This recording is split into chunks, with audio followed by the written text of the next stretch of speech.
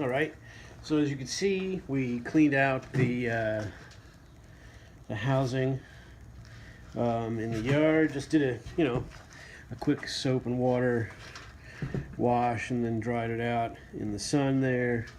It dried up pretty quick. The all of the dusty, decaying crap is off the back grate. You can now handle this thing without getting crap all over you, and that was really the point.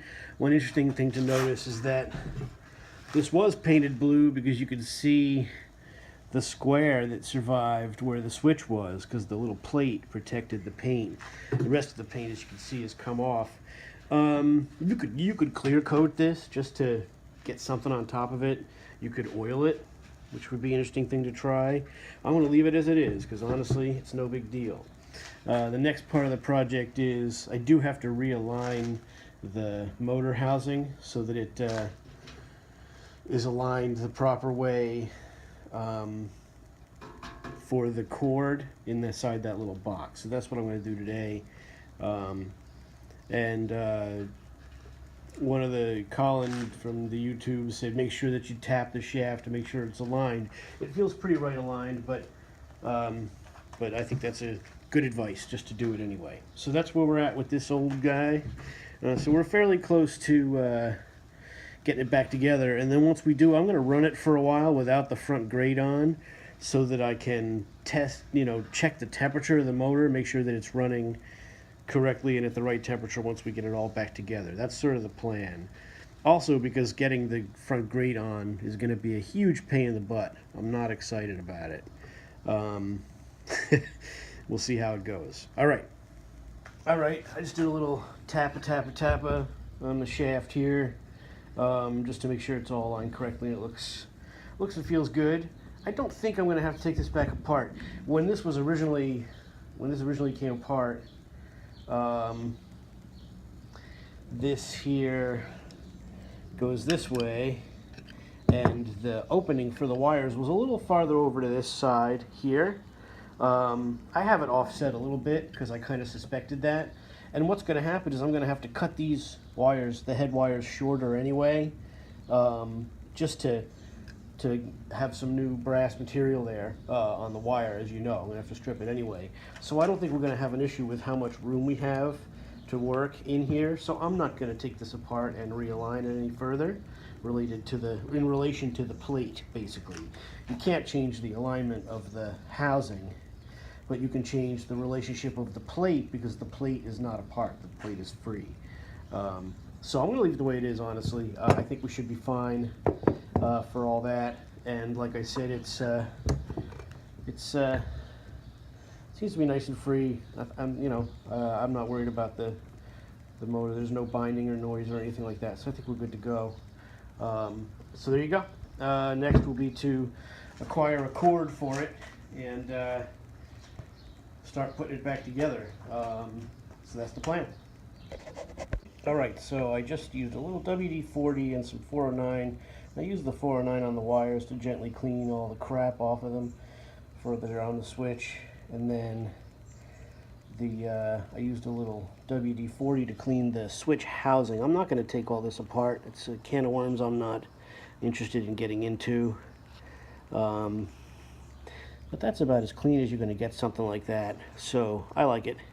Looks okay. Looks a little better than it did.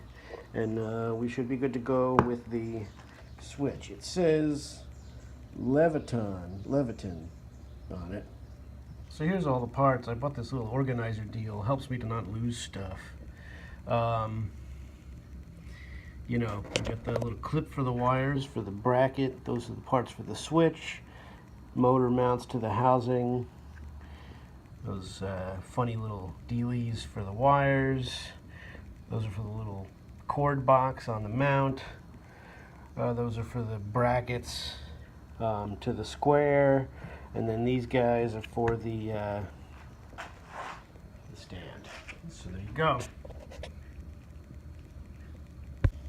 And you got your grommet for the cord and your set screw, not to forget those. Here's what I like to do with the parts. I like to just put them in a little cup or something and dump in a little WD-40 seems to be a good parts washing solvent, whatever you'd call it. And this has had a few parts in it, and you can see how much dirt comes off these parts. And then I just kind of wipe them off and let them dry up, and they're usually good to go. It's not much of a process, really. Just like to do it, and there you go, WD-40. Good for some of that kind of stuff. So our set screw for the Westinghouse is like the other one for the box fan. It's hex head, as you can imagine. It's about as long as you'd normally see. The interesting item is that it's got these knurled grooves on the end, and the point of that is for it to grab into this recess in the shaft. Now I don't think it's going to sit in there. Maybe it will. And so that's basically what it does, and it grabs into the shaft. Most fan motors they have a flat ground here, and this one and the Westinghouse box fan like it has this rounded groove, which is just kind of an unusual feature. It surprised me on the other fan. I've never seen that before. It's kind of a neat little feature. So I don't know how much more work went into, you know, if you've just got a long flat here, then you don't have to have much precision as far as where your hub sits. But with this set the way it is, it's got to be set just right so that the fan blades have enough room to sit where they're supposed to in reference to this little deal, the opening there, and then a recess rather. And then just machining this with these little teeth on it, I don't know how you do that. But it seems like an awful lot of work went into these little set screws. So it's kind of an interesting feature. I'd say all in all, I like this fan. It's pretty well designed. I like it. Getting it apart, cleaning it, taking a look at everything has been good, been cool. It's made me respect this fan a little more. I kind of like how it's designed. Getting the front grate back on is going to be the worst part. So far so good. All right, thanks for watching.